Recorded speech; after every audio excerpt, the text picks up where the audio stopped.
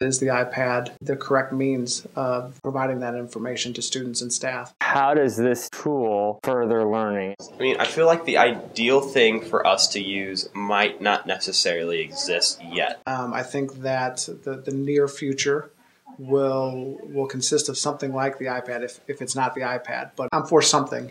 You are kind of pushing teaching and learning in a direction that's more 21st century, that's going to cause teachers and students to think differently about learning and learn in ways that are more personalized, more engaging, more authentic.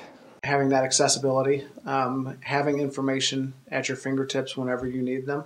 Actually, Luke told me about the petition. I don't know if Luke's against technology. I think he's not in favor of the iPad itself.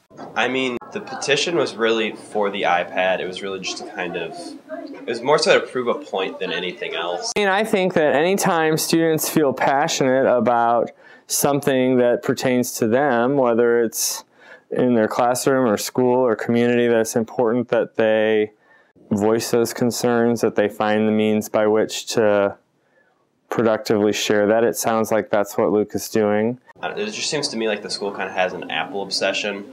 And iPads do have their place. I don't understand why, the science department and the engineering department, and, the departments that need Windows, I don't understand why they pay more money up front to get the Apple and then pay more money to install Windows on top of that. And that always might be a good thing to question. Is there something better out there that's more conducive for learning?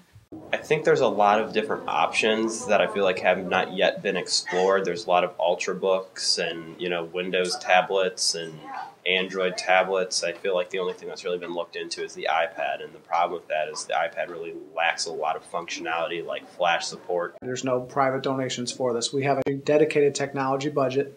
It's a little over $2 million a year. There are insurance programs that people are utilizing, and some of them are charging all students, some of them are using kind of a needs-based process to determine who's able and at what rate to pay. Apple does offer some modified lease programs which would protect the machine and also allow students to walk with it at the end of the experience.